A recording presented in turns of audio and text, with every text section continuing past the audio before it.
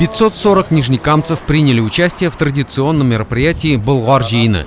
Нижнекамск выделил 13 автобусов, которые в 4 утра 21 мая выехали в древний город Болгар.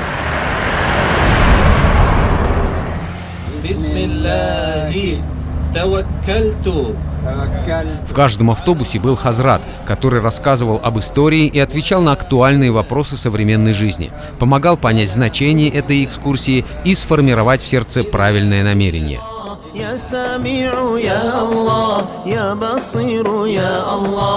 В этом году мероприятие было организовано на федеральном уровне, потому что президент России Владимир Путин подписал указ о праздновании 1100-летия принятия ислама в Волжской Булгарии. Масштабное событие включало в себя обширную программу и праздничную торговлю. Духовную жажду можно было удовлетворить разнообразной религиозной литературой, молитвой в белой мечети или коллективным намазом на руинах древней соборной мечети.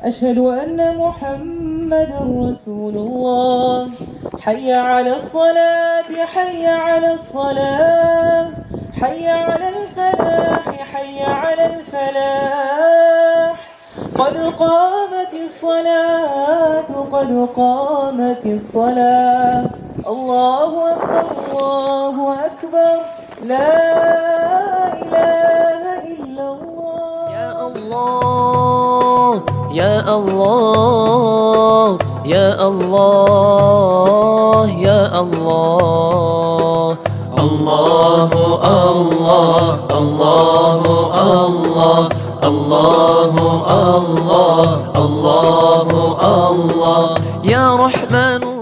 Для удовлетворения потребностей тела работало множество пунктов питания. Очень кстати оказалась торговля мусульманской одеждой. Многие покупали шарфы и платки, потому что погода была изменчивая. Весеннее солнце сменялось дождем, а то и градом. Было то жарко, то холодно.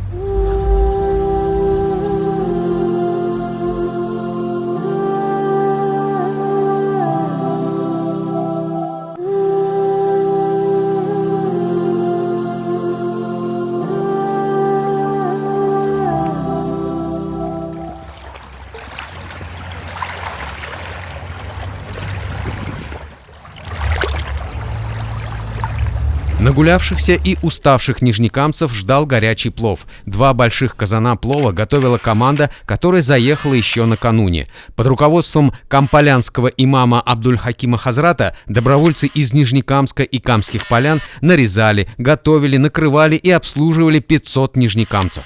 Среди приехавших были простые горожане, представители администрации и имамы Нижнекамского района.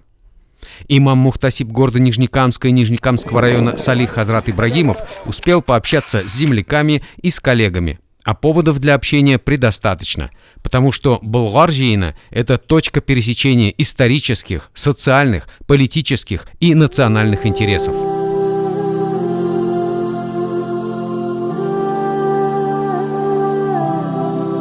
Дружной, многоконфессиональной семьей нижнекамцы отметили историческое событие, которое 1100 лет назад осветило земли Поволжья светом ислама.